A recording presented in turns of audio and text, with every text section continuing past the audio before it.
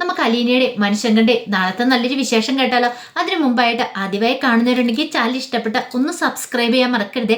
Video ഇഷ്ടപ്പെടുവാണെങ്കിൽ like ചെയ്യാനും നിങ്ങളുടെ വിലയേറിയ അഭിപ്രായങ്ങളൊക്കെ രേഖപ്പെടുത്താനും മറക്കരുത് കേട്ടോ. നമുക്ക് നേരെ നമ്മുടെ വിശേഷത്തിലേക്ക് പോയാലോ. അങ്ങനെ നാളത്തെ വിശേഷത്തില് ഹരിശങ്കർ വന്ന് കഥയെ മുട്ടണ സമയത്ത് അലീന ഇങ്ങനെ പേടിച്ച് പറിച്ച് കിടക്കുക. ദൈവമേ, അവനിന്ന് പോയാൽ മതിയായിരുന്നു. പോയില്ലെങ്കിൽ മുത്തശ്ശി ഇനിയിപ്പോൾ എഴുന്നേറ്റാലോ. ആ കഥയെ മുട്ടുന്ന ശബ്ദം കേട്ട് മുത്തശ്ശി എഴുന്നേറ്റിട്ടുണ്ടെങ്കിൽ മുത്തശ്ശി പറയും, ആരാ കഥ തുറക്കാനൊക്കെ പറയും. അങ്ങനെയാണെങ്കിൽ താൻ എന്ത് ചെയ്യണം? വല്ലാത്തൊരവസ്ഥയായിപ്പോയി. ഇന്ന് വരെ ഹരിശങ്കർ ഈ മുറിയുടെ വാതിക്കലേക്ക് പോലും തിരിഞ്ഞു നോക്കാത്തവനാ. അങ്ങനെ അവൻ വന്നെന്നറിഞ്ഞിട്ടുണ്ടെങ്കിൽ മുത്തശ്ശിക്ക് പെട്ടെന്ന് മനസ്സിലാവും. പിന്നെ ആകെപ്പാടെ പ്രശ്നമാവും. തനിക്ക് ഈ വീട്ടിൽ നിന്ന് എങ്ങാനും പോകേണ്ട വരുമോ, അതൊക്കെ ഓർത്ത് കഴിഞ്ഞപ്പോൾ അലീനയ്ക്ക് ടെൻഷൻ. കുറച്ച് സമയം മുട്ടിക്കഴിഞ്ഞപ്പോൾ തുറക്കാതെ വന്നു കഴിഞ്ഞപ്പോൾ ഹരിശങ്കറിന് ഒരു ടെൻഷൻ. ഇനി എങ്ങാനും മുത്തശ്ശി കണ്ണു തുറക്കോ, ആ മുത്തശ്ശിയാനും കണ്ണു തുറന്നാൽ തീർന്നു, പ്രശ്നമാവൂല്ലോ എന്ന് ഓർത്തിട്ട് ഹരിശങ്കർ ഇങ്ങോട്ട് ഇറങ്ങിപ്പോവാണ്. നിനക്കിട്ട് ഞാൻ വെച്ചിട്ടുണ്ട് അലീനെ, നിനക്ക് ശരിക്കും എന്നെ അറിയത്തില്ല, അതുകൊണ്ടാണ്. അവൻ്റെ മനസ്സിലെ വിചാരം എന്താ? അവൻ ഇത്തിരി ടിപ്പ് കൊടുക്കാന്നൊക്കെ പറഞ്ഞിട്ടുണ്ടെങ്കിൽ ഏതൊരു പെണ്ണും അവൻ്റെ മുന്നിലേക്ക് വരുന്ന. പക്ഷെ അവൻ അലീനെ അറിയത്തില്ല. അലീനെ അങ്ങനെ ഒരു പെണ്ണല്ലാന്ന് അവനറിയത്തില്ലായിരുന്നു. ഇതിനു മുമ്പ് അവൻ്റെ അടുത്ത് പലരും അങ്ങനെ വന്നിട്ടുണ്ട്, ആ വീട്ടിൽ വന്നവർ. അപ്പം ആ ഒരു ഇത് വെച്ചാണ് അവന് അലീനെ വിളിച്ചത്. പിന്നീട് ഹരിശങ്കർ മനസ്സിൽ പറഞ്ഞു, നിനക്കിട്ട് ഞാൻ വെച്ചിട്ടുണ്ട്, നീ എവിടെ പോവാനാ, നിന്നെ ഞാൻ പിടിച്ചോളാം എന്നൊക്കെ പറഞ്ഞിട്ടാണ് മുറിയിലേക്ക് അങ്ങോട്ട് പോകുന്നത്. ഈ സമയം അലീനയ്ക്ക് കിടന്നിട്ട് ഉറക്കം വരുന്നുണ്ടായിരുന്നില്ല. അലീനയുടെ മനസ്സിലേക്ക് പല പല ചിത്രങ്ങളും വരുവാണ്. ഒരുപക്ഷെ തൻ്റെ ഓർഫനേജിലായിരുന്നെങ്കിൽ, സ്നേഹനികേതനത്തിലായിരുന്നെങ്കിൽ രാത്രിയിൽ ഈ പേടിയുടെ ആവശ്യമൊന്നുമില്ല. സന്തോഷത്തോടെ കിടന്നുറങ്ങാം. ബ്രിജിത്താമ്മി, രേവതിക്കുട്ടി, ചിന്നു, എല്ലാവരും കാണും. എല്ലാവരും സന്തോഷത്തോടു കൂടിയിട്ട് ഇങ്ങനെ പേടിച്ച് കിടക്കേണ്ട കാര്യമൊന്നും വരത്തില്ല. ഇപ്പം രേവതിക്കുട്ടിക്ക് ഇങ്ങനെയൊക്കെ അനുഭവം ഉണ്ടാവുന്നുണ്ടായിരിക്കുമോ, ആ ഒരു ചിന്ത വന്നപ്പോഴത്തേനും ഭയങ്കര ടെൻഷനായിപ്പോയി. ഒരു പക്ഷേ തന്നെപ്പോലെ തന്നെ അവൾക്ക് വേദന ഉണ്ടാവുമോ? അങ്ങനെയില്ല. കണ്ടെടുത്തോളം അവർ നല്ല ആൾക്കാരാന്ന് തോന്നേ, രേവതിക്കുട്ടിയോട് നല്ല സ്നേഹമാണെന്ന് തോന്നേ. അതുകൊണ്ട് അവരൊന്നും ഒരിക്കലും രേവതിക്കുട്ടിയോട് ഇങ്ങനെ പെരുമാറാനായിട്ട് പോകുന്നില്ല എന്നൊരു ചിന്ത അലീനയുടെ മനസ്സിൽ ആ നിമിഷം ഉണ്ടാവുന്നുണ്ടായിരുന്നു. പക്ഷേ തനിക്കിനി ഇവിടെ പിടിച്ചു നിന്നേ മതിയാവുള്ളൂ. കാരണം തനിക്കിനി പോകാനായിട്ട് വേറൊരു ഇടവില്ല. അതേക്കാൾ ഉപരി തൻ്റെയും കൂടെ വീടാണിത്, തൻ്റെ അമ്മയുടെ വീടാണ്. അവനങ്ങനെ പെരുമാറുന്നുണ്ടെങ്കിൽ അവന് താൻ ആരുമല്ല. അവൻ്റെ കൺമുന്നിൽ താൻ ഒരു ജോലിക്കാരി മാത്രമാണ് ഇവിടുത്തെ. പക്ഷെ അങ്ങനെയല്ലോ എൻ്റെ സത്യാവസ്ഥ എന്താന്ന്. തൻ്റെ അമ്മയുടെ ആംഗ്ലയുടെ മോനാണ് അവന്, അത് തനിക്കറിയാം. പക്ഷെ അവനറിയത്തില്ലല്ലോ. അവൻ സാധാരണ ഒരു ജോലിക്കാരുടെ പെരുമാറുന്ന പോലെ തന്നെ തന്നോടും പെരുമാറുന്നുള്ളൂ. അവനെ കുറ്റം പറഞ്ഞിട്ട് കാര്യമില്ലായിരിക്കും. അവനെ വളർത്തിക്കൊണ്ട് വന്ന സാഹചര്യം, അവന് കൊടുത്ത അമിത ഫ്രീഡം, അതൊക്കെ ആയിരിക്കും അവനെ ചിലപ്പോൾ ഇങ്ങനെ ഒരാളാക്കി മാറ്റിയിരിക്കുന്ന എന്നൊരു ചിന്തയൊക്കെ അലീനയുടെ മനസ്സിലേക്കും വരുന്നുണ്ട്. അങ്ങനെ അലീന എപ്പോഴോ രാത്രിയിലൊന്ന് കിടന്നു ഉറങ്ങിയത്. അലീനയ്ക്ക് ഉറക്കം വരുന്നുണ്ടായിരുന്നില്ല. ബ്രജിത്ത മമ്മിയെക്കുറിച്ചും രേവതിക്കുട്ടിയെ, ചിന്നിമോളെക്കുറിച്ചും ഒക്കെ ചിന്തിച്ച് വെളുപ്പാങ്കാലമായി കഴിഞ്ഞപ്പോഴാണ് ഒന്ന് മയങ്ങണേ. അങ്ങനെ നേരം നന്നേ പുലർന്നതിന് ശേഷമാണ് അലീന കണ്ണുറക്കുന്നത്. കണ്ണുറക്കുമ്പോഴത്തേനും മുത്തശ്ശി കണ്ണുറന്ന് കിടക്കുമായിരുന്നു. പെട്ടെന്ന് അലീന എഴുന്നേറ്റിട്ട് ചോദിച്ചു, അയ്യോ കുറേ സമയമായി മുത്തശ്ശി എഴുന്നേറ്റിട്ട്. അയ്യോ ഞാൻ അറിഞ്ഞില്ല കേട്ടോ, ഞാൻ എപ്പോഴും മയങ്ങിയത്, രാത്രി ശരിക്കും കൂടെ ഉറങ്ങാൻ പറ്റിയില്ലെന്ന് പറയാം. അതൊന്നും സാരമില്ല മോളെ, മോളവിടെ കിടന്നു, എനിക്കൊരു പ്രശ്നമില്ലെന്ന് പറയണം. അത് പറ്റില്ല, രാവിലെ ആയിട്ട് മുത്തശ്ശിയുടെ കാര്യങ്ങളൊക്കെ നോക്കണ്ടല്ലേ എന്ന് ചോദിക്കുകയാണ്. ആ സമയത്ത് മുത്തശ്ശി പറഞ്ഞു, അതെ ഇന്നത്തെ ദിവസത്തിൻ്റെ ഒരു പ്രത്യേകതയുണ്ട്. എന്താന്ന് ചോദിക്കുക, എൻ്റെ മോള് വൈജി എന്ന് വരുമെന്ന് പറയണേ. അമ്മയുടെ മുത്തശ്ശിയുടെ മോള് വരുമെന്ന് ചോദിക്കുക. അതെ എൻ്റെ മോള് വരുമെന്ന് പറയാം. അടിമുടി ഒരു പെരുപ്പ് കയറി അലീനയ്ക്ക്. തൻ്റെ അമ്മ ഇന്ന് വരുവാണ്. തൻ്റെ അമ്മയെ താനിന്ന് ആദ്യമായിട്ട് കാണാൻ പോവാണ്. ഇത്രയും കാലമായിട്ട് കണ്ടിട്ടില്ല. അതൊക്കെ ഓർത്ത് കഴിഞ്ഞപ്പോൾ ഒരു കുളിര് കോരുന്ന പോലെ തോന്നി അലീനയ്ക്ക്. ഏതൊരാൾക്കും തോന്നുന്ന ഒരു ഇത് അനുഭൂതി. കാരണം ആദ്യമായിട്ട് തൻ്റെ പെറ്റമ്മയെ കാണാനായിട്ട് പോവാണ്. എങ്ങനെയാ ഷേപ്പ്, എങ്ങനെ ഒന്നും അറിയത്തില്ല. പാവാണോ അതോ ഭയങ്കരയാണോ ഒന്നും അറിയത്തില്ല. അതൊക്കെ ഓർത്ത് കഴിഞ്ഞപ്പോൾ അലീനയ്ക്ക് വല്ലാത്തൊരു വീർപ്പുമുട്ടല. പെട്ടെന്ന് അലീനയുടെ മുഖത്തേക്ക് നോക്കിയിട്ട് മുത്തശ്ശി ചോദിച്ചു, എന്താ മോളെ നിന്റെ മുഖം എന്താ പെട്ടെന്ന് എന്തോ വല്ലാതായതുപോലെ?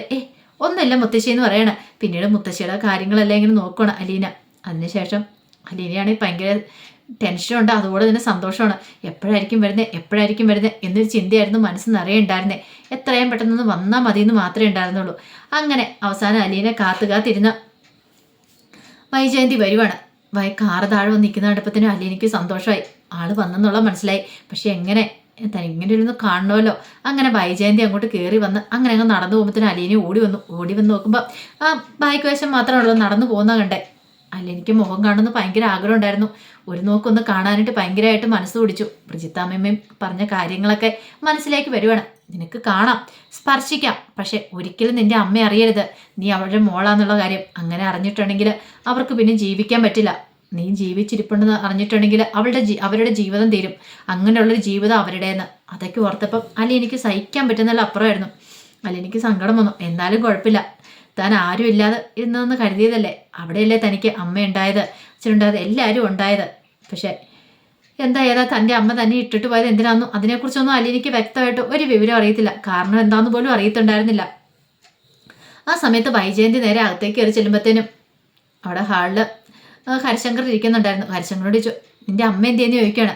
പറഞ്ഞു, അമ്മ അകത്തുണ്ടെന്ന് പറയണം. അപ്പോഴേക്കും കമല അങ്ങോട്ട് ഇറങ്ങിയെന്ന്. ആഹാ, ഇതാര്? വൈജയന്തി ചോദിക്കുകയാണ്. അല്ല, എന്ത് പറ്റി രാവിലെ? പിന്നെ അമ്മയൊന്ന് കാണാൻ വേണ്ടി വന്നാന്നൊക്കെ പറയണം. പിന്നെ പുതിയ സെർവൻറ്റ് വന്നിട്ടുണ്ടെന്ന് അറിഞ്ഞല്ലോ, ഒന്ന് കാണണമല്ലോ എന്നൊക്കെ പറയണം. എങ്ങനെയുണ്ട് എന്നൊക്കെ ചോദിക്കുകയാണ്. ഇത് കേട്ട് കഴിഞ്ഞപ്പോൾ കമല പറഞ്ഞു, കുഴപ്പമില്ലാന്ന് തോന്നേ, പുത്തനച്ചി പെരപ്പുറം തൂക്കുന്നല്ല പറയുന്നേ. അവൾ എന്തൊക്കെയോ ചെയ്യുന്നുണ്ടെന്ന് തോന്നേ. പക്ഷേ ചെറുപ്പക്കാരിയാ, പ്രായം കുറവാന്ന് പറയണേ. ചെറുപ്പക്കാരിയോ? അതെ, ഇവിടുത്തെ മനു ബാലചന്ദ്രനും കൂടെ പോയി കൂട്ടിക്കൊണ്ട് വന്നല്ലേന്ന് ചോദിക്കണം. അത് ബാലചന്ദ്രൻ പറഞ്ഞിട്ടുണ്ടായിരുന്നു ചെറുപ്പക്കാരിയെന്ന്. എനിക്ക് അവിടെ ഒന്ന് കാണണം, എങ്ങനെ എന്താന്നൊക്കെ അറിയണമെന്ന് പറയണം. ആ സമയത്ത് അലീന പറഞ്ഞതെല്ലാം കേൾക്കുന്നുണ്ടായിരുന്നു. തൻ്റെ അമ്മയുടെ മുഖം ഒന്ന് ശരിക്കും കാണാനായിട്ട് അലീന നന്നേ കൊതിച്ചു. ഈ സമയത്ത് വൈജയന്തി ചോദിച്ചു, അല്ല അവളെ കൊണ്ട് വേറെ കുഴപ്പങ്ങളൊന്നും ഇല്ലോ അല്ലേന്ന് ചോദിക്കണം. കുഴപ്പങ്ങളൊന്നും ഇല്ലാന്ന് തോന്നേ, ഇതിലായിട്ടൊന്നും ഇല്ല. പക്ഷേ ഇവളെ പോലെയുള്ളവരൊന്നും വിശ്വസിക്കാൻ പറ്റില്ല. കാലമില്ല, കാലമല്ലേ വൈജയന്തി, അതുകൊണ്ട് ഒന്നും പറയാൻ പറ്റില്ല എന്ന് പറയണം. ഇത്രയും വലിയ ചെറുപ്പക്കാരികളൊന്നും ഈ വീട്ടിൽ നിർത്തേണ്ട ഒരു കാര്യമില്ലായിരുന്നു. ഞാനിത് മനുവിനോട് പറഞ്ഞ, പക്ഷേ മുത്തശ്ശന് വാക്ക് കൊടുത്തെന്ന് പറഞ്ഞില്ലേ, അവൻ പോയി കൂട്ടിക്കൊണ്ട് വന്നേ. പിന്നെ നമുക്ക് എന്തെങ്കിലും പറയാൻ പറ്റുമോ എന്ന് ചോദിക്കാം. വൈജയന്തി പറഞ്ഞു, ഒരു കാര്യം ഞാൻ പറയാം, സൂക്ഷിച്ചും കണ്ട് നിന്നു എന്ന് പറയണ. ഇത് കേട്ട് കഴിഞ്ഞപ്പോഴത്തേനും കമല പറഞ്ഞു, ഞാൻ നോക്കട്ടെ എത്ര ദിവസം അവളുടെ എല്ലാം ഒന്ന് ശരിക്കും നോക്കി കണ്ടിട്ട് വേണം ബാക്കി കാര്യങ്ങൾ തീരുമാനിക്കാനായിട്ട്, അവളുടെ പെർഫോമൻസ് എങ്ങനെയാണെന്നൊക്കെ. ഇത് കേട്ട് കഴിഞ്ഞാൽ വൈജയന്തി പറഞ്ഞു, ഞാനത് കണ്ടിട്ട് വരട്ടെ എന്ന് പറഞ്ഞ് മുറിയിലേക്ക് പോവാണ്. ആ സമയത്ത് അലീനയ്ക്ക് നല്ല ടെൻഷൻ ഉണ്ടായിരുന്നു. അലീന പെട്ടെന്ന് മുറിയിലേക്ക് അങ്ങോട്ട് ചെന്നു. മുറിയിലേക്ക് എന്നിട്ട് നിൽക്കുകയാണ്. അലീനയ്ക്ക് കൈയും കാലും വരയ്ക്കാൻ തുടങ്ങി. തൻ്റെ അമ്മ ഇപ്പം വരുമെന്ന് മനസ്സിലായി. അങ്ങനെ ഇത്തിരി കഴിഞ്ഞപ്പോഴത്തേനും വൈജയന്തി അങ്ങോട്ട് വരുവാണ്.